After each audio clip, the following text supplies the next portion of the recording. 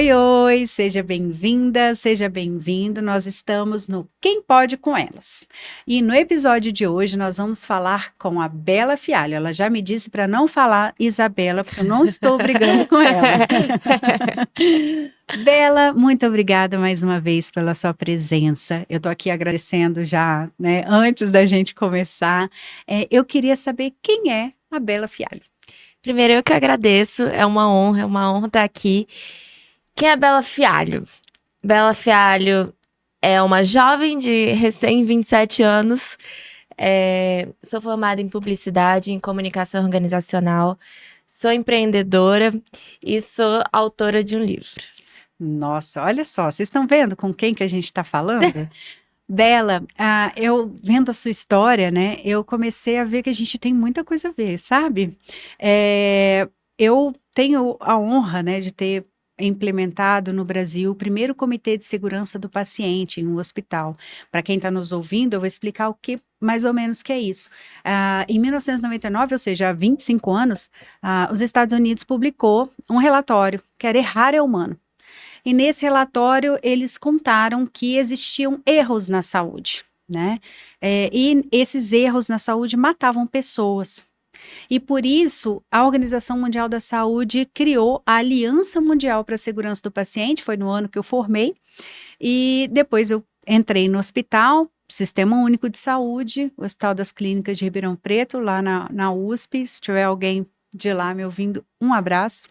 E nisso a gente começou a trabalhar gerenciamento de riscos na saúde, porque é complexo, são pessoas fazendo, e errar é humano mesmo, né? Porque o erro, ele é não intencional. Né? Quando você faz alguma coisa intencionalmente, já não é erro mais, né? A gente está falando de negligência, imprudência, imperícia, e aí sim a gente fala de punição, né?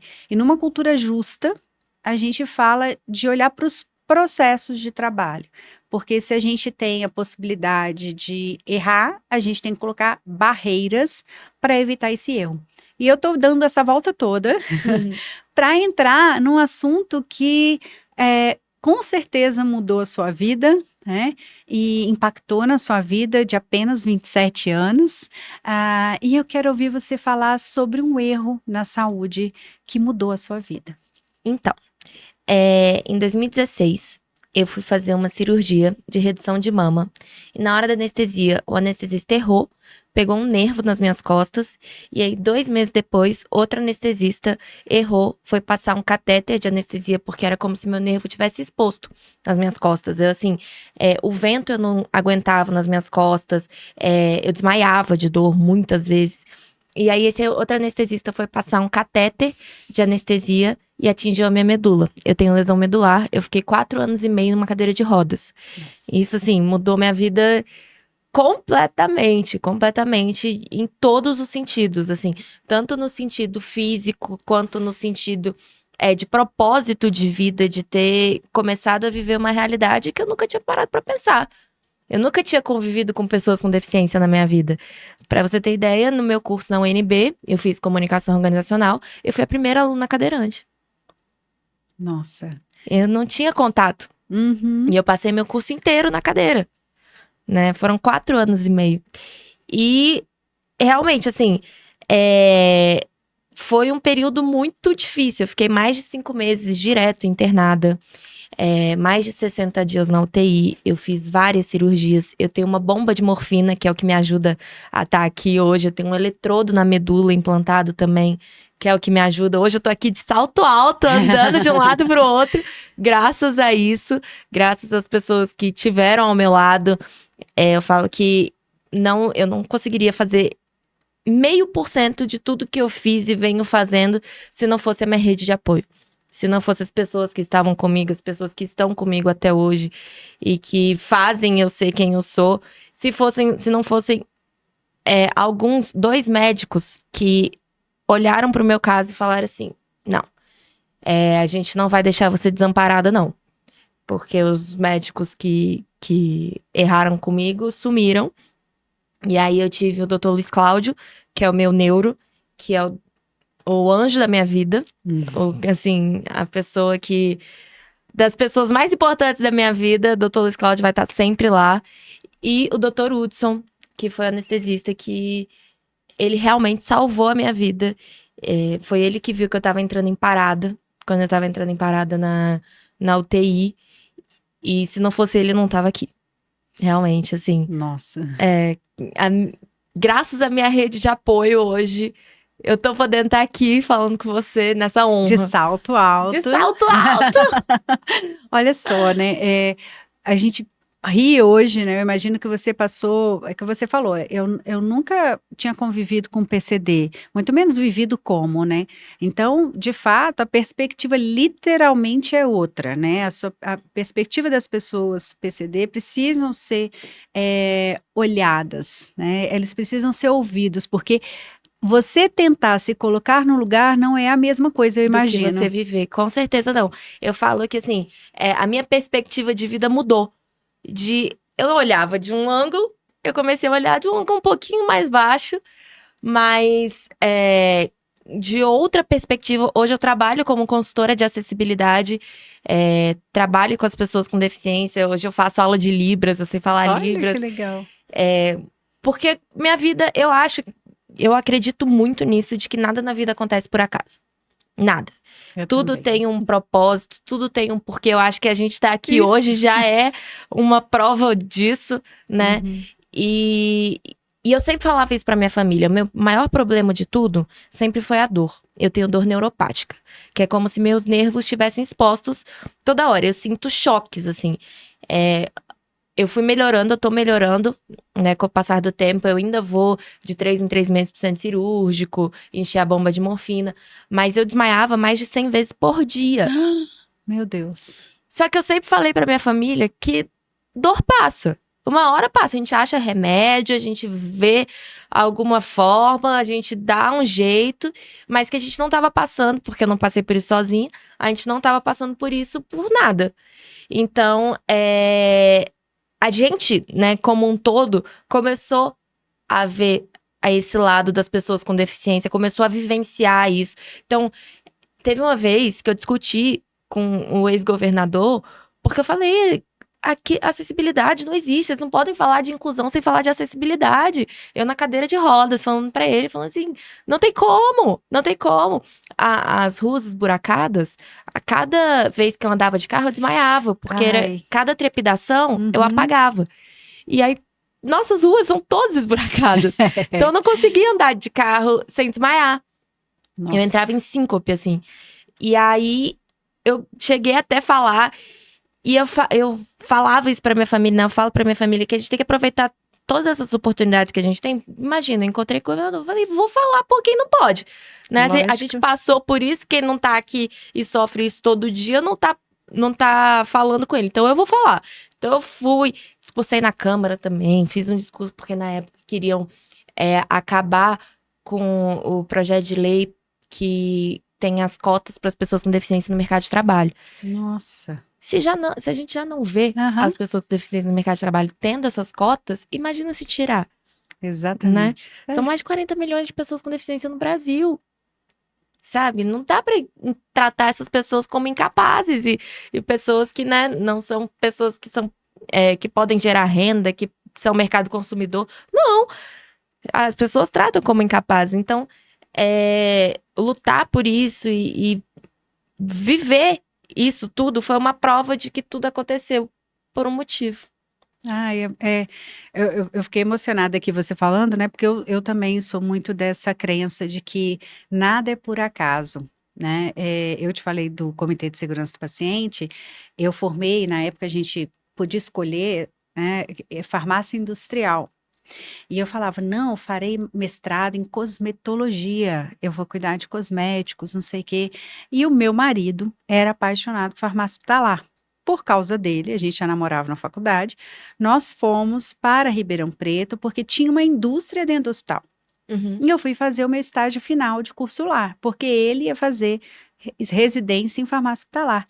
Eu passei no concurso porque eu precisava me sustentar, então eu falei, vou trabalhar no hospital enquanto isso, morria de medo de me apegar aos pacientes, o que de fato acontece sempre. E eu aceitei aquela oportunidade e me vi apaixonada e Comitê de Segurança do Paciente, farmacovigilância, que é um palavrão, que é fazer a vigilância dos efeitos adversos dos eventos dos medicamentos. Enfim, uma trajetória que me levou até a Anvisa como gerente de farmacovigilância. Então, assim, é isso, né? As coisas acontecem por um motivo e você tem que, entre aspas, aproveitar a oportunidade, porque você tá aqui falando com esse sorriso lindo, assim, Sim. olha, eu passei por tudo isso, mas eu tô aqui, né? E eu sei que você relata isso tudo num livro. Sim. E eu queria ouvir você falar sobre ele. Então, eu escrevi o Rodas para Voar, que foi meu projeto de graduação da UNB. Olha. O objetivo, o livro eu conto um pouco da minha história e de 4 outras pessoas com deficiência, justamente com esse objetivo de desmistificar tudo isso que tem por volta das pessoas com deficiência, né? Então, é isso, que a pessoa com deficiência não viaja, que a pessoa com deficiência não namora, que a pessoa com deficiência não trabalha. E são 4 pessoas mostrando, contando a história delas e mostrando o contrário. Inclusive, tem um casal, dando spoiler já do livro, tem um casal que os dois tiveram poliomielite quando eles eram pequenos, que daí fala a importância da vacinação e tal. Uhum. E os dois tiveram uma filha que é apta, que anda, e eles contam a realidade de como é ser pai e mãe cadeirante de uma filha apta e como é que a sociedade reage a isso. Então, eu escrevi o Rodas para Voar, que o título do livro é porque sempre eu ficava muito agoniada quando as pessoas olhavam pra mim. Eu tinha 19 anos quando tudo aconteceu. Eu falava assim, nossa, coitada, a vida toda é pela frente. Eu falei, gente, minha vida nunca esteve tão pra frente, né? A cadeira nunca foi uma âncora pra mim, sempre foi um par de asas. A cadeira, se alguém me desse um impulso, eu ia cada vez mais rápido, né? Com a cadeira a gente vai mais rápido.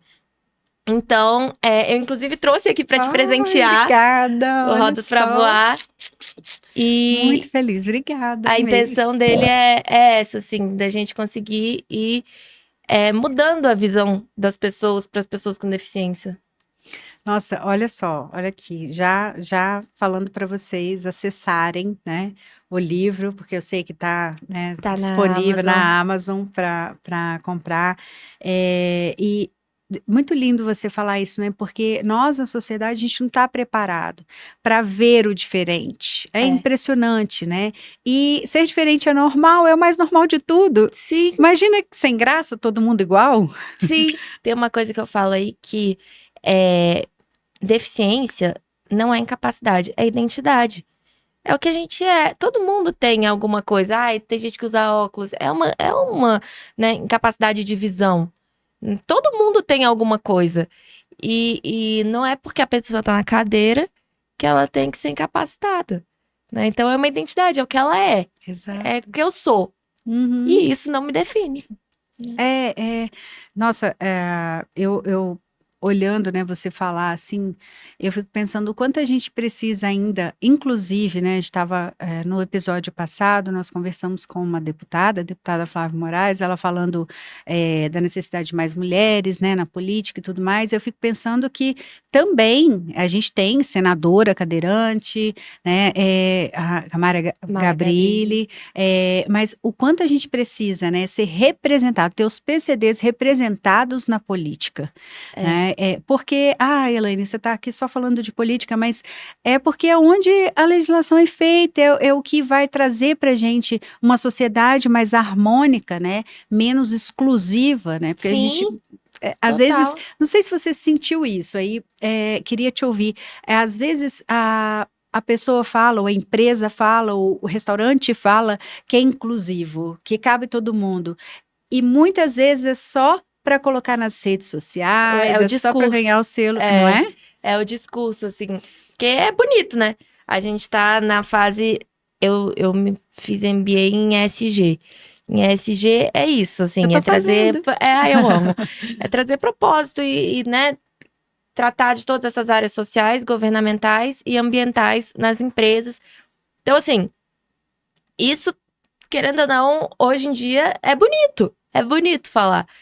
Mas e quem de fato pratica? Porque tem uma história. Tô falando muito do livro, mas enfim. Pode que eu vou falar, lembrando pode e vou falar. contando. Todo mundo. Ah, Que- tá. Você não quer dar spoiler, mas Mas, é não, bom que aí o pessoal quer ler mais ainda. eu não lembro se foi a Viviane ou o Demar, que são o casal. Eu não lembro quem é que fala. Mas eles contam uma história de que eles foram numa casa de festa para o aniversário de uma amiguinha da filha. E dizia que dava para eles irem e tal, e o banheiro adaptado era no segundo andar. E como é que eles iam explicar para a filhinha de 4 anos que eles não iam poder ficar na festa da amiguinha, porque o banheiro que eles poderiam ir era no segundo andar e eles não tinham como ir. Então, assim, falava que era, né, que Uhum. era adaptado, mas que inclusão é essa? Exato. Né? Gente, Que acessibilidade é é essa? surreal, né? Não, são umas coisas que o discurso é muito lindo, né? O discurso, Uhum. tem muitas empresas que fazem isso, muitos lugares que fazem isso. E a minha missão e a missão, eu acho que as pessoas como deficiência têm como um todo, é justamente lutar para isso acontecer. Falar, ah, é? Então, vamos lá. Vamos denunciar até fazer. Lá na UNB, a calçada da minha. Até chegar na minha faculdade, faculdade de comunicação, era toda quebrada. Toda quebrada. A pessoa com deficiência não conseguiria passar lá sozinha, ali, passar com a cadeira. E você com a dor ainda. Eu com a dor, eu tinha que passar com a cadeira empinada e eu ia desmaiando. E aí, meus professores fizeram abaixo-assinado, depois que eles viram. Em 2 meses, a UNB reformou. Eu cheguei das férias, estavam lá, reformadinho. Então, assim, a gente tem que fazer, Sim. né? Se fala, vamos fazer cumprir. Então, tem muito discurso por aí, mas eu acho que a gente consegue ir também lutando e fazendo com que essas pessoas cumpram o que elas estão prometendo. E Bela, você acha que. Porque assim, eu imagino que há um tempo atrás, porque eu sou da época do telefone fixo. Eu comecei a ver os computadores chegarem, né? Você acha que essas pautas agora com as redes sociais tomaram mais corpo e chegaram a mais pessoas? Eu acho, porque as pessoas agora tem muito mais gente com voz. Porque as pessoas não chegavam, né? A informação era mais difícil de conseguir. As pessoas com deficiência em si não tinham visibilidade. Agora, as pessoas têm, né? É muito fácil ter acesso à informação. É muito fácil. Tem muita gente. Estava fazendo, inclusive, um levantamento de influenciadores com deficiência, de pessoas com deficiência, para um trabalho. E levantando quantas pessoas com deficiência, então quantas pessoas que a gente consegue, que a gente tem sendo atingidas por essas pessoas e o quanto que isso gera conscientização, né? Nossa, você falando aqui, mais uma coisa que, que a gente tem assim na vida é que hoje eu resolvi entrar nas redes sociais e tudo mais, e eu procurei, justamente porque eu vi uma publicação de um influencer influencer PCD, com síndrome de Down. E aí eu entrei em contato com uma agência que é a Somos Bauer. Eu vou falar dela porque é a agência que cuida da minha conta no Instagram. E elas, todos os influencers, eu sou a única, porque elas falaram, quando elas decidiram nichar, elas falaram, não, você fica, Elaine. Mas elas são e trabalham com influencers com síndrome de Down, PCD. Olha que E, incrível. assim, 600 mil seguidores, uma mudança de paradigma, e inclusive porque eu falo, até Somos Bauer, a Cacai Bauer é a primeira influencer do mundo com síndrome de Down. Olha que incrível. E isso tem feito também mães que estão ali naquele momento, poxa, eu tenho um filho com síndrome de Down, o que eu faço agora? Sim. Os desafios, como Sim. eu vou colocar o meu filho no protagonismo, que é o que Total. a Bauer Né? faz. Tem outra questão que também, né, as pessoas estão falando mais e a gente está vendo mais gente tratar sobre, que é o autismo, né? O autismo está muito em voga, que as pessoas hoje estão entendendo melhor, estão sabendo melhor como lidar, tem eventos tratando as pessoas, realmente incluindo, por conta das redes sociais, por conta das pessoas falando, por conta das pessoas mostrando as realidades delas, né? Então, eu acho que, assim, cresceu muito e que bom, Exato. né? E que bom. Porque sempre existiu né? É, Só que essas pessoas eram invisibilizadas. total. Né? E elas agora estão ali. Eu achei bonitinho que a minha filha, ela tem 6 anos, a gente estava no Beach Park, né, no parque aquático, e na fila passou um pai e uma criança na frente, né, da fila, assim. E normalmente as crianças ficam, não pode passar na frente, não sei o quê. Aham. Ela falou, mamãe, eles estão passando na frente porque ele tem uma pulseira com o quebra-cabeças, mãe. Ele tem autismo. Aquilo me emocionou tanto porque a minha filha já sabe reconhecer e entender, inclusive, esse lugar dele, que ele tem prioridade, né? Sim. E, assim, por todo o contexto, ela entende o que é o autismo e que, né, ele tem essa prioridade por lei e tudo mais. Eu achei tão legal, assim, fiquei tão encantada Você e vê como é o emocionada. advento das redes sociais, e que é isso, que a informação vai chegando e vai se disseminando. E aí, aos poucos, as crianças já estão sabendo e já estão nascendo sabendo, né? Que a gente fala que Isso. vai nascendo sabendo. É uma geração que vai respeitar muito mais, que vai incluir de fato, né? Que não exclui porque É. ela está acostumada com o tema, né? Bom, Bela, eu sei que nisso também veio uma outra coisa, né? Você falou que é uma empreendedora, então a Bela já colocou aqui pra gente. É uma empreendedora. Me conta, eu sei que é empreendedorismo social. É. Eu tenho a Keep Sweet, que é um clube de assinatura de doces e bebidas com fundo social. O que a gente faz? Todo mês, a gente manda para os nossos assinantes uma caixa com doces e bebidas diferentes e com 20% dos lucros eu faço uma ação social. O que é isso? Depois de tudo ter acontecido, eu descobri meu propósito de vida, que é trabalhar em prol do outro. Então, assim, quando eu tava no hospital, eu falava que eu queria sair dali para ajudar pessoas que já passaram ou estavam passando por situações parecidas ou piores do que a minha. E eu falava isso pra minha família, eu falava assim, a gente vai sair daqui, a gente vai fazer alguma coisa, porque eu via muitas histórias, né? Eu comecei a ter contato, eu fiquei 5 meses direto, eu fiquei de novembro a abril internada. Então, ainda fiquei 1 mês no SARA. Então, eu vi muita coisa que eu não tinha ideia. E é isso, eu só consegui fazer tudo que eu faço e que eu fiz por conta da minha rede. E eu falava, eu quero ser isso, eu quero ser essa rede para as pessoas. E aí, quando eu saí do hospital, eu comecei a receber muita visita. Eu fiquei 2 anos e meio sem poder ir pra minha casa, porque minha casa não tinha acessibilidade. Aí eu fui pra casa da minha avó. E aí lá eu recebia visita toda semana. Praticamente todo dia eu recebia visita. E aí eu queria fazer alguma coisa pra agradar as minhas visitas. E em 2017 eu saí em abril. Em dezembro, que eu fazia 2 faculdades ao mesmo tempo, eu não larguei as 2 Olha faculdades. Eu saía do hospital, ia pra faculdade, voltava pro hospital, dormia no hospital, fazia tratamento, de noite tava lá de novo.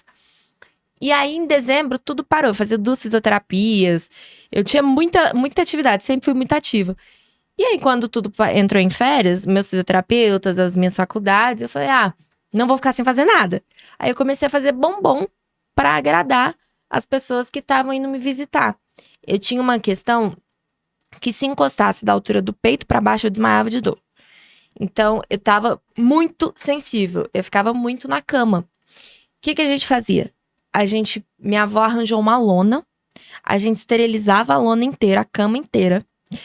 E eu fazia bombom na cama pra agradar as pessoas que iam me visitar. E em dezembro, falei, quer saber? Vou vender. E aí, quando eu falei isso, meu irmão falou, por que você não usa, então, isso pra fazer as ações que você queria?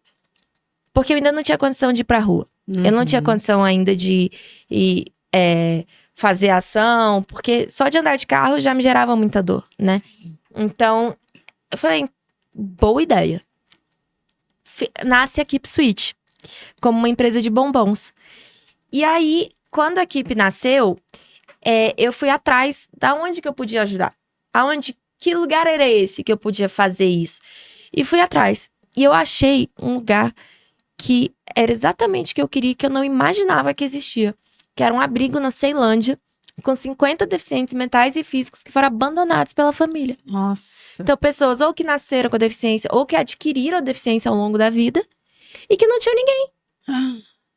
E aí, Meu Deus. comecei a vender os bombons, deu super certo. Na Páscoa, eu fiz uma festa lá. Ai, que máximo. E aí, na festa, eu levei mais de 40 pessoas. Fora os 50 abrigados, a gente levou mais de 40 pessoas pra essa festa de Páscoa. Foi gente vestida de coelhinho da Páscoa. Eu levei chocolate pra todo mundo. Foi assim, foi incrível. Foi incrível. E aí eu comecei a fazer. Aí a Keep Sweet surge e eu só ajudava o abrigo. Tudo que eu arrecadava, eu mandava pra eles. É tão emocionante que, assim, na segunda vez que eu voltei lá, eles olharam pra mim e falaram assim, você voltou? Meu Deus. Porque não estavam acostumados as pessoas voltarem. Não tem laço com as pessoas. E na segunda vez, eles falaram, você voltou. Há uns 2 meses, um mês atrás, há um mês, eu fui lá, aí eu falei, oi, que não sei o quê. Fui andando. Aí eu falei, você lembra de mim? Eu falei, sim, você tava na cadeira. Que máximo. Gente, E eu que voltei, emocionante. eu voltei a andar na pandemia. Então, assim, que eu fiquei muito tempo sem poder ir lá por conta da pandemia, porque eles estavam muito vulneráveis. Sim. Então, aí eu voltei lá andando pra entregar umas doações e eles me reconheceram. Olha Sabe, eles só. sabiam quem eu era. Aham. Teve uma que falou assim, ai, como é que tá sua mãe? Liga pra sua mãe, deixa eu falar com a sua mãe. Ai, que máximo. Que Então, a Keep máximo. Sweet surge nesse período, só que eu fui melhorando. E fazer os bombons me gerava muita dor. Então, eu fazia 2 dias de bombom, eu ficava uma semana de cama.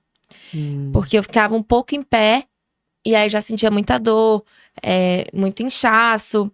E aí, meu irmão, de novo, vira pra mim e fala assim, a gente já tinha pensado nessa ideia de clube de assinatura antes. Falou, por que você não vira o clube de assinatura agora? Eu falei, perfeito. Né? Você é a ponte entre marcas e pessoas por um propósito. É isso. Olha só, eu já quero assinar, tá? Já tô dizendo que eu vou assinar. Todo mês a gente tem parceiros diferentes, que é justamente pra isso. E aí, eu vi com o potencial da Keep Sweet ajudando o abrigo de gerar essa conscientização. E fazer várias ações e mostrar para as pessoas o que a gente precisa ajudar, o que a gente precisa fazer. Porque eu comecei a fazer muita ação em muitos lugares. Antes da Keep Sweet, eu ia com outros grupos, fazia banho na rua, ia nas instituições. E aí, eu vi com o potencial da Keep Sweet de empresa de gerar isso, sabe? De atingir as pessoas e gerar essa conscientização e mostrar para as pessoas aonde que a gente pode ajudar, o que a gente pode fazer, como que a gente pode fazer. E aí surge a Keep como o clube de assinatura que é hoje, ajudando diversas causas. Então, a gente tem ações que são que todo ano eu já faço, que, por exemplo, uma é a ação de Páscoa, que eu dou um curso para mães da estrutural de como fazer ovos de Páscoa e elas ganharem uma renda extra. Esse ano teve mãe que ganhou R$3.500 vendendo ovo de Páscoa. E outro tema muito importante, né, que é quando você empodera mulheres, né, arrimo de família ou não, a ter sua própria renda, ela entender que ela pode ter uma renda, você muda a perspectiva de muitas mulheres, Total. inclusive as tira de situações de vulnerabilidade, de violência, né? Porque às vezes ela não sai de casa porque ela tem medo de o que eu vou dar para o meu filho, porque eu sou dependente financeiramente. Quando você faz isso, não, Bela, já tô aqui, ó, chegando lá, vai borrar minha maquiagem, porque que lindo que você faz. Obrigada. E isso é muito importante mesmo. Teve um caso, inclusive, de uma mãe que estava sofrendo abuso pelo marido e sofrendo ameaça e tudo, e ela não saía porque ela não tinha como. E aí a gente gerou essa esperança e essa possibilidade. Ela saiu de casa. Que maravilha, que Ela libertação, né? E é isso que é importante a gente fazer. Isso que é transformação de verdade, né? Eu falo que o meu objetivo maior sempre é causar transformação. Claro que para isso fazer ação estruturante e tal. Mas para isso eu preciso fazer umas ações assistencialistas antes. Então, como é que eu vou ensinar essas mães a trabalharem se elas não têm o que comer? Então, primeiro eu dou a comida, depois eu ensino a trabalhar. Porque é isso, a gente tem que fazer isso, né? Sim. Como é que vai ensinar? Como é que elas vão ter força? Não tem como. Não tem como. Tem outra ação que também é muito emocionante, essa, que toca um monte de gente, que a gente faz festa de aniversário para crianças que nunca tiveram aniversário na vida. Em outubro. E a gente já fez 2 vezes, esse ano vai ser o 3º. E é muito emocionante. Elas fazem cartinha, como se fosse pro Papai Noel, falando como é que é o aniversário dos sonhos, qual é o tema, Ai, meu Deus. o bolo, quais são os presentes que elas querem. Elas fazem a lista de convidados e a gente faz exatamente do jeito que elas querem. No último ano, a gente fez... Eram 3 meninos. Aí, os temas foram bombeiro, Flamengo e Viva a Vida é uma Festa. Cada um teve a sua mesa. Foi um bombeiro lá, um Que amigo meu, Ivan, máximo. foi lá falar com o menino surtou, coitado. E é muito emocionante, assim, tem criança que não sabe a data de aniversário. Porque Meu os Deus. pais não querem gerar essa expectativa, não tem como suprir. Uhum. E elas não sabem a data de aniversário. Eu perguntava, ela vai, que dia é seu aniversário? Mãe, que dia é meu aniversário? Mãe, quantos anos eu tenho? Meu Deus. As crianças com 10, 11 anos.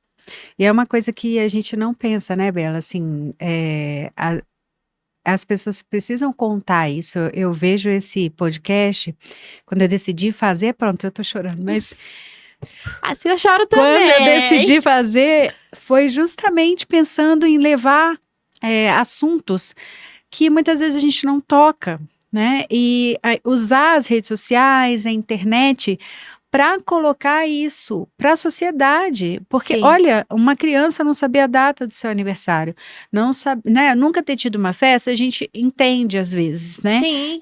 Mas ela não saber a data do seu aniversário é uma coisa assim que, nossa, eu que amo fazer festa, a gente já vai conversar um monte de coisa também. aqui depois que acabar.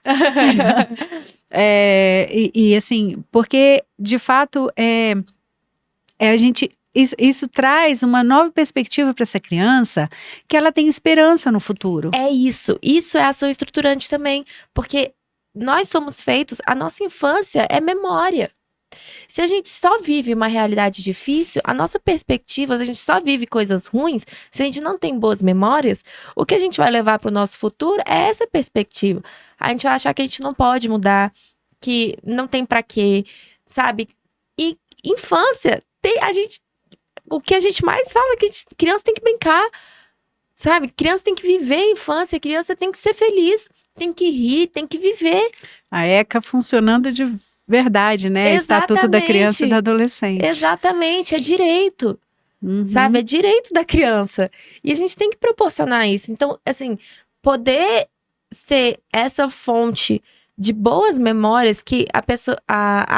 isso é boas memórias não só para criança, mas para mãe. Gera esperança, fala assim, ai, um dia eu quero fazer isso pro meu filho, um dia...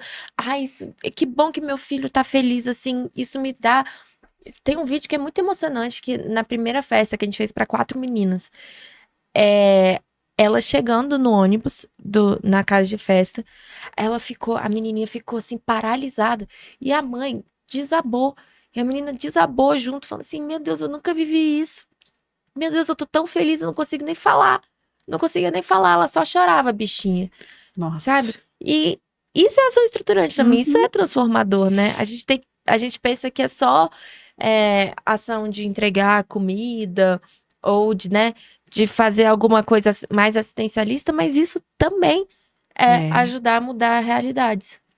É uma ação, entre aspas, pontual, que é uma virada de chave muitas vezes para a vida daquelas pessoas, né? Às vezes é só isso que uma pessoa precisa. Nossa, Bela, a gente ficaria aqui horas, né? Eu tenho certeza que você também, com tantas histórias lindas e inspiradoras, porque às vezes tem alguém que está num bairro que conhece um vizinho nessa situação e que às vezes pode fazer por aquela pessoa. Sim. Né? Uma ação vai mudar a perspectiva. Eu sempre falo isso em outras perspectivas, né? Nas minhas ações, que se eu ajudar uma pessoa, eu já fico feliz. Né? Eu falo que de sorriso em sorriso a gente muda o mundo. Às vezes é só gerar um sorriso. Ai, meu Deus. Pronto. Bela, obrigada. Muito obrigada por esse papo, por você ter vindo aqui, né? Por você nos inspirar, né? Inspirar a tantos, por mudar a vida de tantos. Muito obrigada mesmo. Eu que agradeço. Olha só, né? Mais um episódio que a gente conversa com mulheres inspiradoras. Estou aqui segurando esse make. Muito obrigada pela sua audiência e eu te espero no próximo episódio. Fique ligado.